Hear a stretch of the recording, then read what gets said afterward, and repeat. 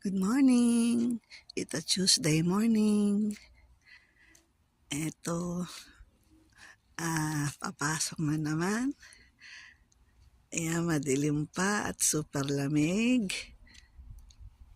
So, actually, paumpisa pa lang ang ang pagtaglamig, hindi pa siya ganoon, mas titindi pa diyan.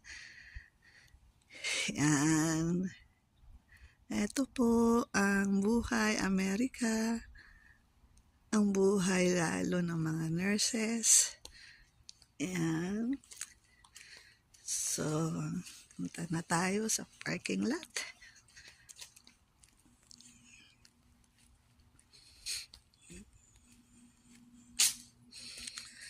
Ayan.